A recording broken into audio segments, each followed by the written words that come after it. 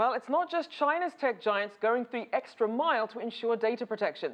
Companies like Apple, Google, and Microsoft are making broad changes to their data security policies, especially as Europe prepares to launch its new General Data Protection Regulation, the most aggressive set of internet privacy laws yet. Expected to come into effect on May 25th, the regulation will give over 500 million people living in the European Union the right to keep companies from collecting personal data.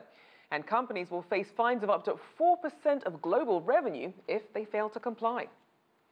Well, could Europe's move to enhance data privacy have a ripple effect globally?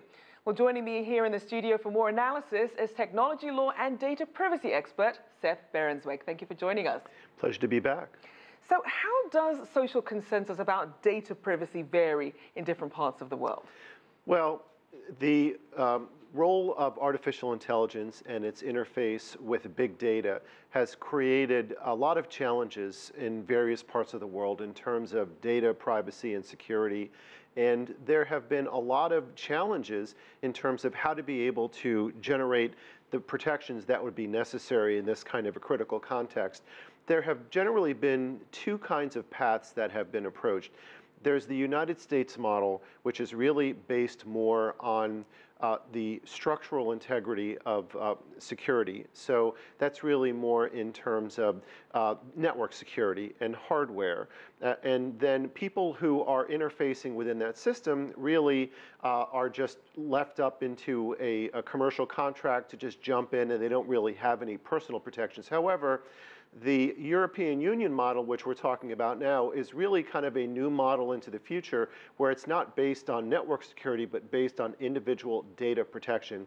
That is a new direction, and there are other countries such as China that are heading into that realm that is different than the approach taken in the United States. And we certainly saw that the scandal surrounding Facebook using users' data really lent itself to a gray area that regulators perhaps haven't dealt with as well as they should. So what sort of regulations are in place in the US right now to kind of deal with these issues? Well, it's an interesting question because although this is an issue that has become very hot within the last year here in the United States, I think it's also demonstrated that at the federal level, there really isn't much protection at all. In fact, the situation with Facebook and Cambridge Analytica wasn't even technically a breach. It was a sharing of personal data, and it demonstrated the weakness of the American model, arguably, because it's not based upon the GDPR system in the EU.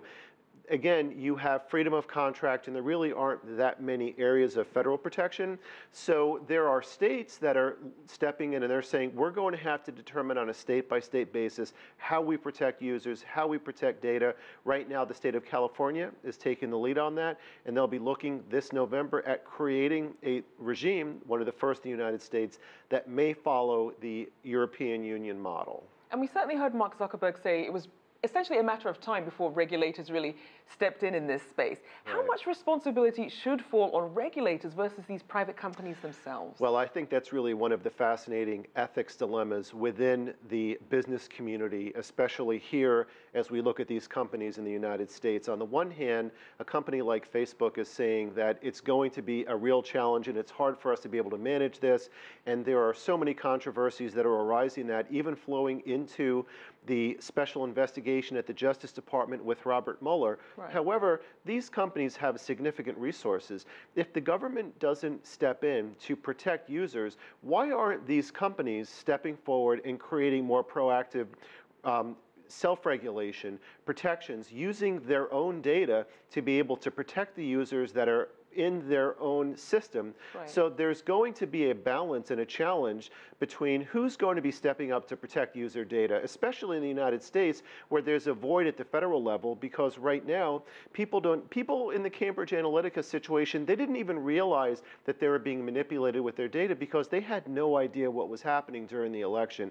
It lends itself to all kinds of unique problems, even subsequent criminal investigations. So as we look at some of the challenges that come with this, we also see that China really wants to become a leader in AI.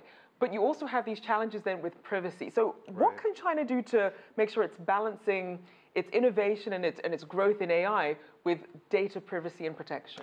It's a delicate balance because AI relies upon analysis of big data, and therefore there could be not a direct relationship between privacy of individual data and the ability of AI companies to be able to collect that data. And the United States is really more of a data-rich venue because our security is porous in terms of the borders, and there's more of an easy ingress and egress of data versus when you compare that to China. But I think that overall, the big challenge moving ahead in the future is that technology moves ahead of law and regulation. And that's really one of the challenges. How are we going to be able to protect people's data privacy while still having them enjoy all the benefits of artificial intelligence?